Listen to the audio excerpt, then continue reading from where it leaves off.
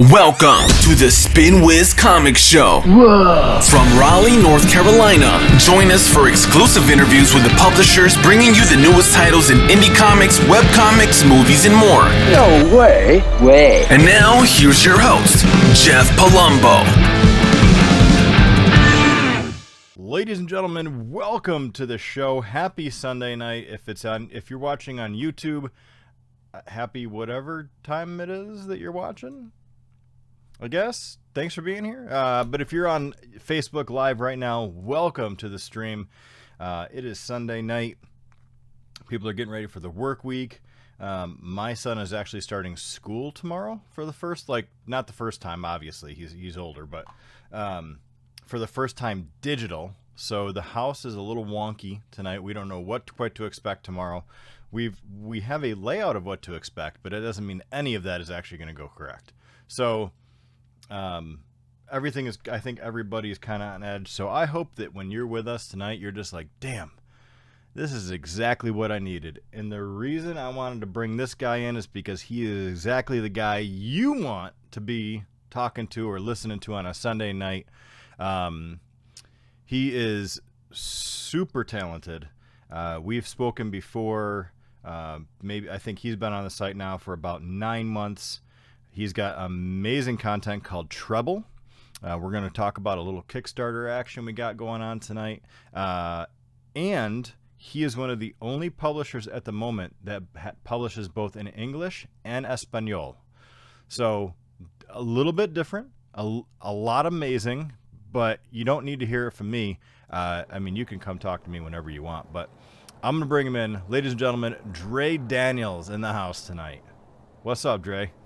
What's going on, Jeff? I'm happy to be back on the show, my friend. Always good to have you, man. So let's, for those people that don't, or maybe didn't watch the YouTube before, because again, we transitioned over from Twitch into Facebook, and now I got stuff actually going the way I want it to, and the videos are coming out better, and I might actually just delete your first interview on YouTube altogether and just drop this one in, because it's going to be that much better. But TREBLE is your title. Can you give us a little bit of a background on TREBLE, and then we'll get into the Kickstarter? Absolutely. So TREBLE is my brainchild of a number of years. Basically, the idea behind the entire arc and the entire story and the entire comic is about what would happen if music gave you powers. And throughout this story arc, we follow our main hero, Zamir, as things are going on in his life and he's coming in contact with his mutagen. He starts to emit different powers and abilities based on the genre of music he listens to. So far it ranges from rap, hip hop, rock, dancehall, reggae, and based on whatever he's listening to, it's kind of based on maybe the stereotypes or maybe the idea behind what music is or what people view music as the ability that he would receive. So what does he receive if he throws a little country in there? It's funny it's really funny you mentioned that, because a buddy of mine was asking me that, because I was going through a rundown of some powers that I was putting together. I'm actually working on preliminarily the next series, and I was thinking about new genres to actually add, and country was actually one of them. So I'm still debating if it would be some form of so I'm playing around with this idea. Because country music is not my thing. Mm-hmm. But when I think of country, I always think of for some odd reason elasticity. For some reason, I don't know why. But I think of it as a stretchy genre, because like country is very broad, because you can have the hold down dancing, square dancing country, but then there's the very sad, I lost my girlfriend, country music, And so I always feel like it stretches from one spectrum to the next. Mm-hmm. So for some odd reason, I think like country music, I think elasticity, like Plastic Man or Elastic Man, or if people into static comics, Static Shock, like a Rubber Band Man, Mm-hmm. like I don't know why, but it comes to that mindset, and I always think of like usually when he gets a different power, it makes his hands glow. Like for some odd reason, I will want a glowing country hat that's kind of Yeah, holographic that that's what kind I'm of pop talking up on about. his head, like Tim McGraw Yeah, style hat up I there. hear you. And I mean, I'm still rolling around with this idea. It's gonna take some time to perfect for sure, but it's just I just felt that it was funny with the elasticity angle. Maybe it's an emotional power. Maybe, Because maybe country is that's a good supposed to one be too. very, I mean, except for soul Hmm. and, in the blues, it's supposedly, unless you do like the, what do they call it now? I mean, I know of country because my wife loves country music, Oh, so okay, cool. I am decently versed in country, but through just her listening. But like rockabilly, like Florida Georgia Okay, Line is much more rock and roll with yes. country, and then obviously that's where Tim McGraw is kind of like a little more country, but part of that. And then you have somebody like Chris Stapleton who is almost more bluesy Mm, and soul, and he's amazing. But each one, you're right, it tells a story and it's supposed to provide emotion. So maybe that's it. When he's talking or he's saying something, he actually can switch people's emotion on people. oh, that's a good idea, Jeff. I might steal that. You take it. You don't need to steal it. It's yours. That's pretty good. That's pretty good. I mean, but yeah, but that's a really good thought too. Yeah. Um, Well, there's so much you can do with the character. I think that's what we talked about last time. Is yes, that you're really just dipping a toe into this character because precisely. nobody's ever done anything like this before. Um, it's really well drawn. It's extremely well written, and I'm not saying that just because you're the writer and you happen to be on the show. It is it's well written and well thought out. I think that's because something could be well written as like a one shot, but there doesn't need to be much thought to it, right? In Agreed. 24 pages it ends.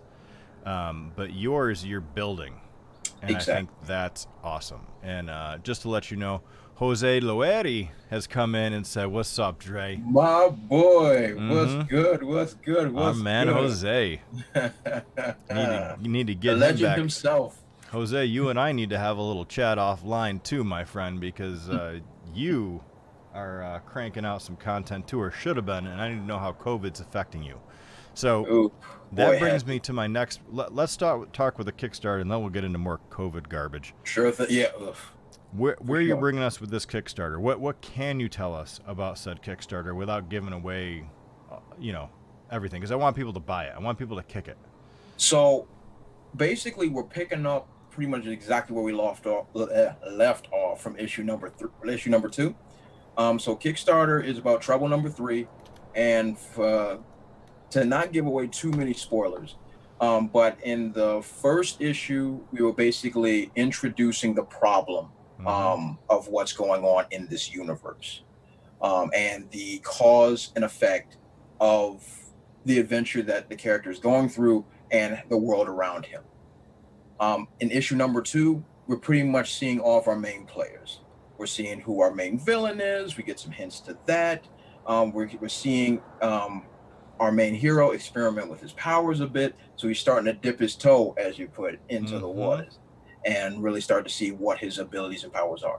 In issue number three is pretty much kicking off his first attempt at heroism. Oh damn. And if anybody knows the hero's journey, the first step in heroism is always a full blown dumpster fire. True. It's always a full Fantastically said. blown Yes. dumpster fire.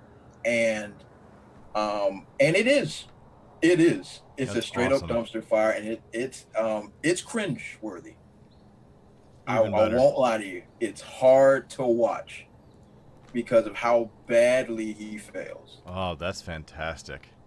Yeah, like it's hard to watch. Like there's gonna be parts of you being like, oh man, is this ooh, that's not right. It's just gonna be a part of you that really reaches out and actually feels for his failure. Mm-hmm. Um, and throughout that, to see if he's gonna overcome this failure and the result and the aftermath of said failure.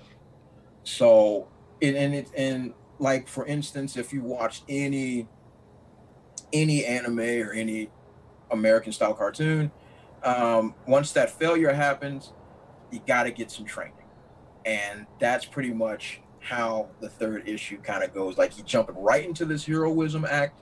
There will be some absolute failures, and now it's time for some serious contemplation of how to actually be a hero and how to actually become a true hero. I love it.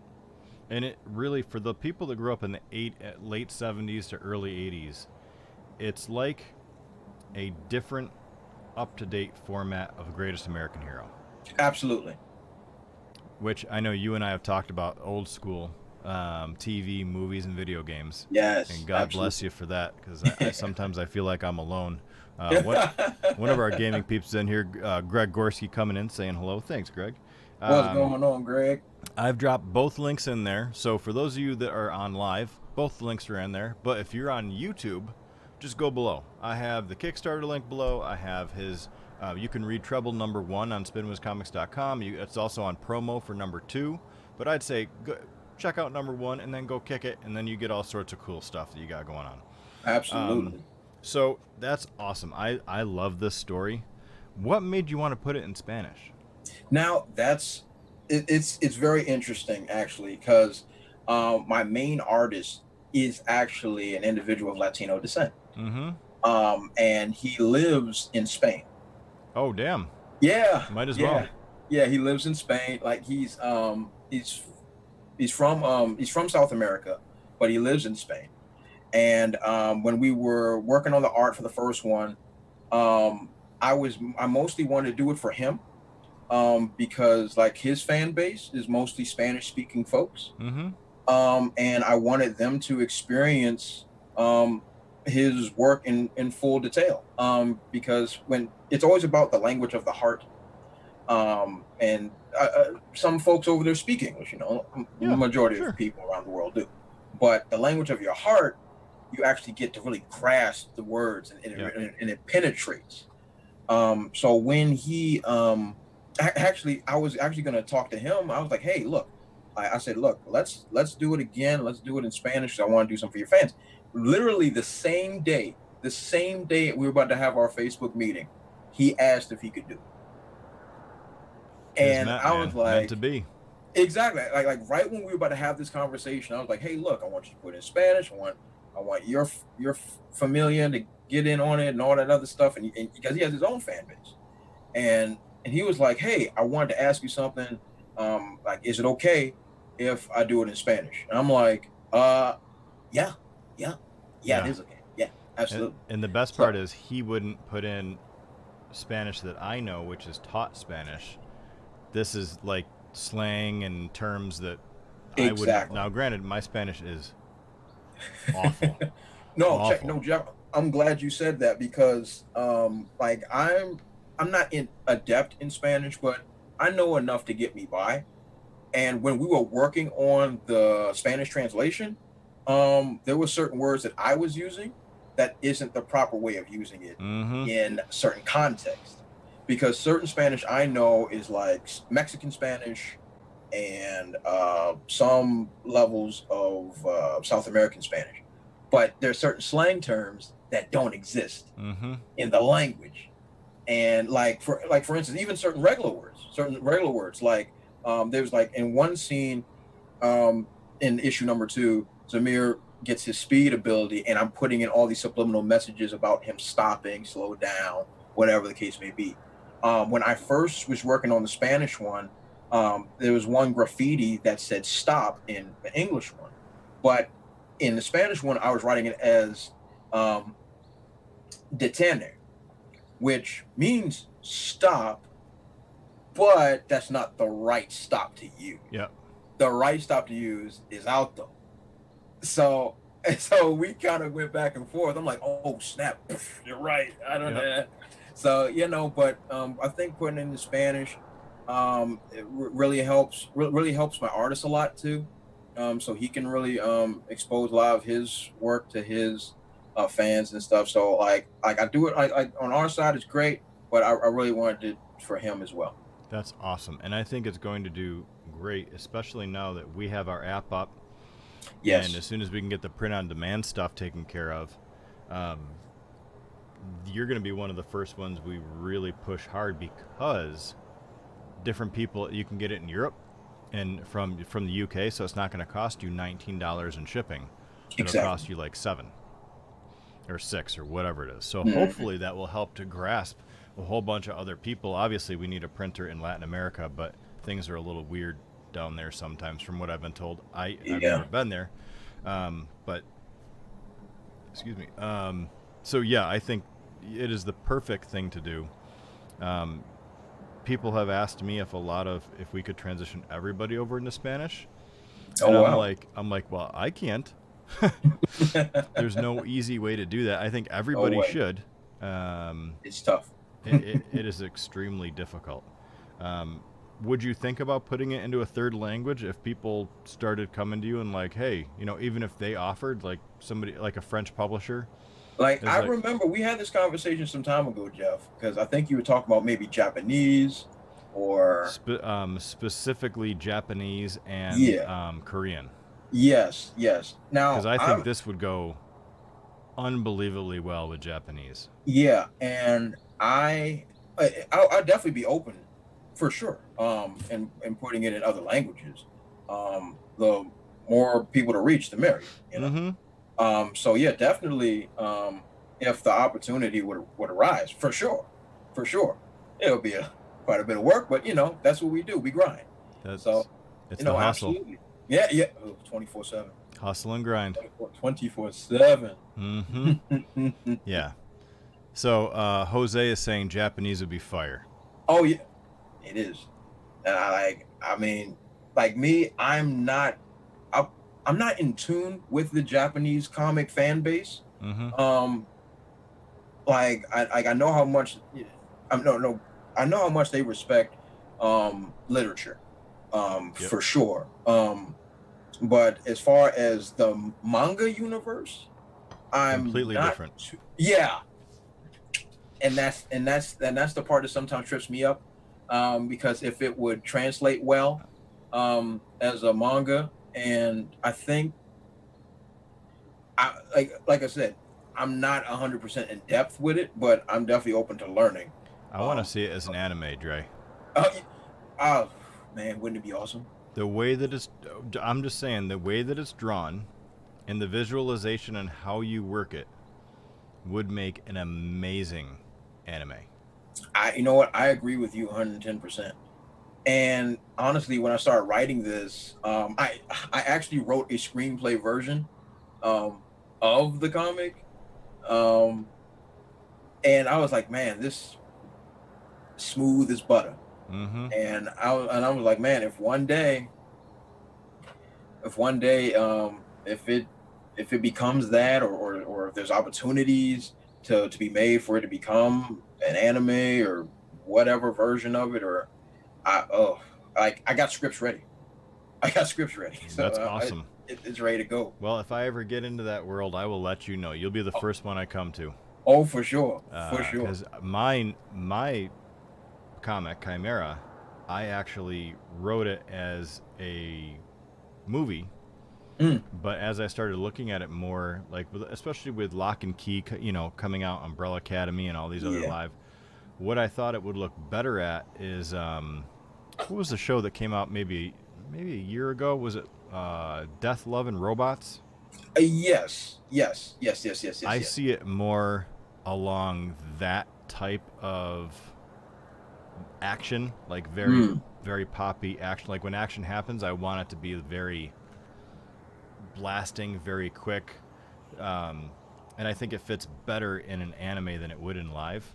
But again, if somebody's going to pay me a whole bunch of money, I mean, facts. They can put it in live, or they can put it in cartoon form, or they can put it on Sesame Street for all I care. Absolutely. Doesn't matter to me. So let's talk about COVID a little bit, because sure. we were talking about that and a little bit. Has it affected you at all with comic creation, or is it, hey, it has transitioned into family life and that has transitioned into comics? This COVID thing has been a full-blown disaster. As far as production is concerned, as far as me getting the work done, has been fine. But as far as, like, I had events lined up Mm-hmm. for Trouble Number 2. I had events lined up, like 5 of them, and had to cancel them all. Oh. I had to cancel them all. To say that was a financial kick to the face is an understatement of the millennia. Yeah. And things, and especially with my artist being in a different country, there's certain things that slowed him down. Mm-hmm. Because there's certain things going on in his family, and so on and so forth. So certain productions on his side slowed down a bit. Therefore, certain production on my side slowed down a bit. So ultimately production was fine, all things considered, but it's just like it was one more thing to deal with. Mm-hmm. It was just one more thing, and everybody took a hit, you know. Yeah. Like nobody was exception to the rule, or like, oh, he's on a pedestal. No, everybody took major L's in this, and fortunately, you know, nothing happened drastic with my health, so that's, you know, that's a blessing, Bonus. you know. But as far as like the work getting done and workshops that I wanted to get into with other creators, other indie developers, and things like that, all that ceased. A lot of stuff that we were going to bounce off each other, then eventually we were able to get to Zoom meetings, and and try to figure out how it will work. But by the time we actually got a good flow going, I mean, the damage was done. Mm-hmm. But it was hard for everybody, especially, ironically. Check this out. Check this for irony. Before like 2 days before COVID started hitting the U.S. hard, I had started a Kickstarter for Trouble Number 2. 2 days. So, to say the least, my Kickstarter took a hard hit. Mm-hmm. It took a hard hit. It was trending well, but then COVID happened, and Yep. I mean, it was tough. I mean, it's been a tough. What is this? August now? Yeah, it's September in a couple days. 6 months. Yeah, it's been rough. It's been tough, but like we are a what's the word I'm looking? Resilient group. We're a resilient group, and we adapt. Those in the indie community and those in the comic community worldwide, we adapt accordingly. Mm-hmm. It takes a minute, but we adapt accordingly, and to see how we've made way for us to find ways to bounce back, it's been amazing. But long story short, it's been tough. Yeah. It's been, for sure. Yeah, I was supposed to go to San Diego Comic-Con, New York Comic-Con. I went to C2E2, and then I didn't even know if I was going to go to that, because that is when all the COVID talk was starting to expand.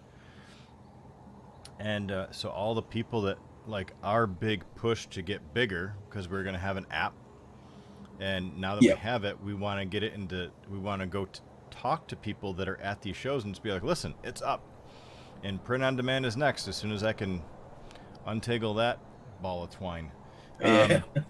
And basically offer all this stuff that nobody else does in one place.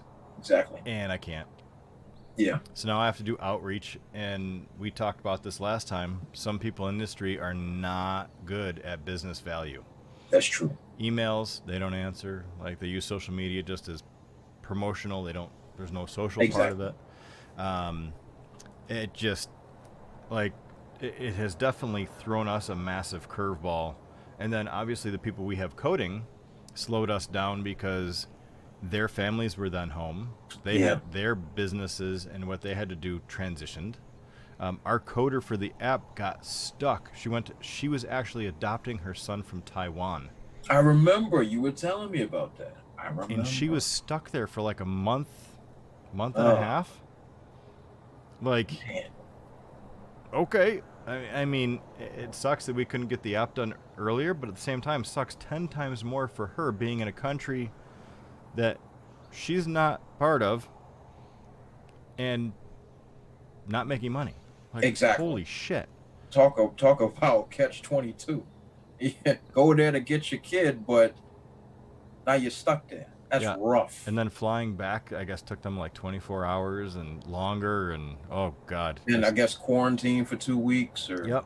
And then quarantine for 2 weeks when they got back, and then trying to teach your son, who's only speaks, let me see, is he Thai? He's from Thailand. Excuse me. Is the language called Thai? He's from Thailand, so Okay. It's not Taiwan. I apologize. Right. I apologize. So no, you're good. So he only speaks Thai. I'm no linguist. Yeah, I'm no linguist either. So hopefully anybody watching is like, Jeff, you're a dumbass. They speak a different language in Thailand. It's not called Thai. Anyway, whatever that language may be, even though I think it's Thai, you have a 7-year-old son coming over that just got adopted that's probably ungodly scared and can't speak English and tell you what he feels. True. So, damn. Like, I am blessed that I still have a job. Blessed that things are still sort of are moving forward, which is great. And that everybody here is healthy. And exactly. For the way 2020 is rolling out, sweet God. I'm just happy that all that is just fine. Yeah. Jose said that his Kickstarter ended right before COVID hit. Yeah, I remember. Yeah, he was doing. Was it the double feature? He was doing? I don't know, Jose. Which one were you on? Were you on double feature or were you on Armageddon? Because I remember one that landed right in my lap, right when it was dropping. And yep, wait, no, it wasn't double feature. I think it was Heroes and Villains. Okay. Heroes and Villains. That's what he was working on. And I don't even have Heroes and Villains up on the site yet. Jose, you're holding out on me. Was it Heroes and Villains, Jose?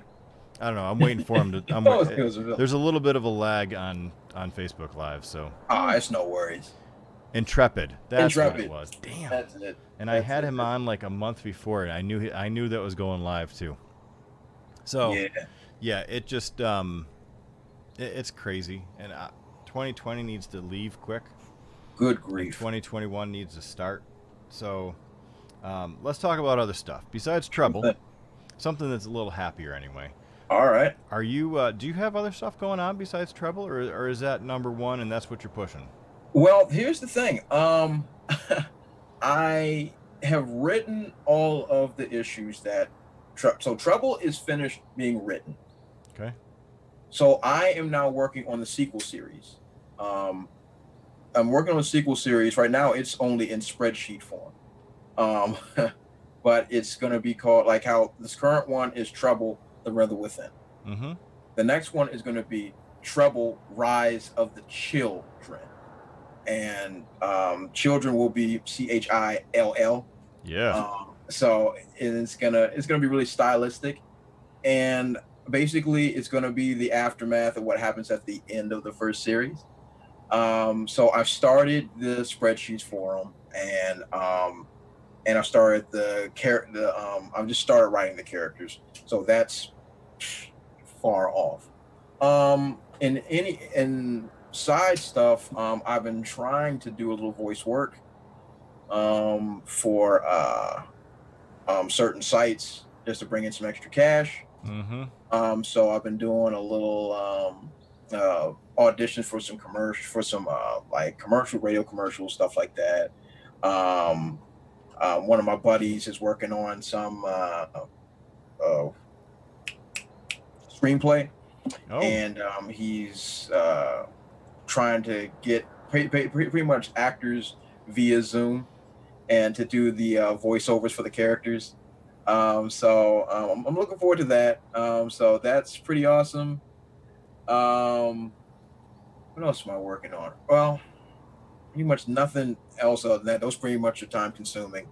And regular work. Ugh, regular yeah, work. So yeah. Day job. yeah, day job that drives me to insanity, but gotta pay these bills because they won't pay themselves. Mm-hmm. But yeah, but mostly I'm pretty much been elbow deep in mostly just more content creation, just trying to pretty much stay ahead of myself. Um, because like I'm just finished production for issue 3, and I'm almost because this series is going to be 8 issues. So I'm almost at the halfway mark. So I got to start cracking on the next series. So I'm just cranking out assembly line whimsy and just Mm-hmm. trying to get it in. So how do you keep doing it? Because I guess, we didn't get into this last time, but obviously we both have day jobs, and most of us do. Most of the people that are in this community have day jobs, unless you work for Marvel or DC, and then you're working full time and probably Of working course. your ass off. Mhm. But how do you balance day job, family, Mhm. side project? Because with me, I don't start work on Spinwiz until like 10:30 at night. And I would love to write again. I want people have been asking, they read Chimera and they're like, "Where's number 2?" And I'm like, I don't have it in me. Like it's not that I don't have it in me. It's just that my focus is on growing the site and helping you guys get bigger, Yeah. and that's kind of my joy and my hook right now. But I want to finish that cuz it's 20 issues. Chimera is a Oh, 20 issue arc. wow. Yeah, it's a big wrap. Now, granted, some of those issues are just crazy. Like, not a lot of writing, but a whole lot of. It's like 22 pages of action. Oh, wow. I mean, shoot, that's a lot of direction you got there. It's a lot of direction. Yep, Wow. and a lot of money because each one cost me like $5,000 or $6,000. So, um, It's a lot of lettuce. yeah, it is, and I don't make that much per month extra right now. Yeah, look, I hear you. So, how Um, do you balance everything, especially family? Because family's yeah, important. yeah. So how I like you. Um, so it's work during the day. Whatever, get through that. Then it's spend time with my wife. Um, then there's exercise, and there's all these things. You might see behind me. That is a calendar. It is a calendar. That calendar is my life. Everything on that calendar is how I have scheduled all of my time for 30 days each time. Damn. You can't see it from here, but there's a lot of blue and orange, and a lot of other colors It's like on my there. wife. Woo. I I have a tad bit of OCD. Just a tad bit of OCD. And so I have things scheduled pretty much to the T. Um, so like I have my whatever I'm gonna do for work, whatever, that's Mm-hmm. done. So that's always I'm gonna just slate that for 8 hours Monday through Friday. That's done. So then I'm like, okay, work's done. Now I got to focus on my wife, my family, and other things that's happening throughout the day. All the chaos that reigns supreme. Mm-hmm. I thought I had a curse, but it's actually a gift. It's a little thing I like to call insomnia. Oh, damn. So when my wife goes to bed at whatever o'clock, I'm up. And that's when I put my work in. Yep. So pretty much so basically I spend pretty much all of my daytime working hours with my family, uh, other endeavors throughout my day, but the nighttime belongs to me. And that's when I put all my focus into my work. I'm up all night, just all night, doing edits and everything. So I'm not going to bed about 4. Damn. And then I get Wow, up I thought about me going to bed at 1 was late. 4 is rough. Yeah, 4 is rough. But this is the thing. If I schedule everything out right, I get all this stuff done, like production, because I have to go to bed at either really late or really early because my artist is on the other side of the world. Mm-hmm. So when he's sending me stuff, it's like 8 a.m. for him or whatever the case may be. Yep. And it's late for me. So I got to be up when he's rolling with it so I can get production rolling. But the schedule that we're on with our production and all the timing and all that stuff, once we have like the issue done, well, production before editing is done anyway. Mm-hmm. Once production is done, now I can change my schedule a bit to relax a little bit, pretend to get some rest, and and then I can minimalize my workload. Yeah. And so, because then I'll just be focusing on like edits, so I can get that done in a day. Then I'll start focusing on like marketing and blah, blah, blah, blah, blah. So now my workload goes down and then I can focus on other things. But right when we start production again, boop, 4 a.m., baby. 4 a.m. Yeah, I found that now I'm good. My body is good with 5 to 6 hours of sleep a night. And it took me a while to get there. Yeah. But a couple nights I'll get into that 4 range. I'm usually like, all right, 4, but I can only do that maybe one night a week. Yeah, it's and it starts to shut down. Yeah. So I've had insomnia since I was a kid. Mm-hmm. So I've managed it very, very well. But there are things that most insomniacs would tell you. We have what's called crashes. So we could be in the middle of the day and then we'll be like, oh,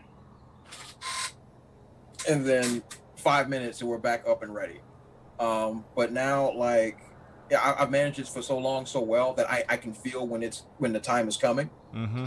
And then put myself in a position, oh, okay, I'm good, perfect. All right, let's get back to work. So it's Wow. yeah, it's if you can manage it well, you can use it to your advantage. Yeah. But you can use it to your advantage and for what we're doing, like there's quite frankly, there's not enough hours in the day. There is not. It's just not. So we have to pretty much steal time to get stuff done. But that's the thing. We have passion about something. You have passion for it. You don't mind those long hours and all that other stuff, and your eyes bleeding, and just like, oh, just true. One more panel, Yeah. But it's passion, so it keeps me going. That's just with me too. Like one more meta file, because somebody has new content that they're excited about, and it's hard not to be excited about it when they're excited about it. And I try to hook them up. They're like, oh, I can do 20 more lines of meta. That's no problem. And then you're like 1:30 and you're like, ah, shit. Yeah. And you'd be like, well, I really want to finish this. And then you look at the clock again, it's 2:45 and you're like, damn, I did it again. Exactly. And it's simple. Jeff, I stopped trying. I just stopped trying. I just turned off the clock all in general. I just don't even bother looking at it anymore. That's a good I remember idea. one time I was up because so my window's right here. So I was just sitting here. I didn't even realize the whole night it went by. Oh my gosh. The sun was peeking through the window. The sun was peeking. I was like, what is that? I'm like, is that a car? Somebody outside? Yeah, somebody outside? I'm like, I ain't got time for this. And then I look, I was like, oh my God, that's the sun. It's like being back in your 20s again when you're rolling in from a club at 6 a.m. Yeah. And you're like, oh God. Yep. Just wake up like, oh, I guess it's almost time for me to get ready for work now. Yeah. Oh. Yeah. Well, luckily, all right, shower time. Luckily, I have not had one of those. I think the latest I've been up working in the last 7 years, I average 1 a.m. I'd say I average 1 a.m. every night. Mm-hmm. But I would say that I've only hit I think 3:30 a couple times, where I just Oh wow. I was just like in the zone, Mm-hmm. kept going. I looked and I'm like, oh shit. Or my wife will come down. She'd be like, what's wrong? She's like, everything okay? I'm like, yeah, I'm crushing this. And she's like, she's just looking at me weird. I'm like, what's up? Do you want me to come I'm on give fire, you? baby. I'm like, you need me to Can't stop. come up and give it? Oh, I forgot to come give you a kiss goodnight. And she's like, Jeff, that's 3:30. I'm like, oh yeah. So I try not to do that anymore. But that's rare. Now it's usually between 12 and 2, normally about 1 o'clock. So. But yeah, it's all about the hustle, man. And every one of us that's successful, even though technically I don't consider myself successful yet. If you ask other people, they're like, dude, you've done stuff that nobody else has. But I'm like, well, I define some success in it and revenue coming in for guys like you. When that starts happening, I'm like, okay, now I'm successful. Yeah. But it's all about that hustle, and it's about the love of what we're doing. And there's tons of us. Like Jose, that boy hustles too.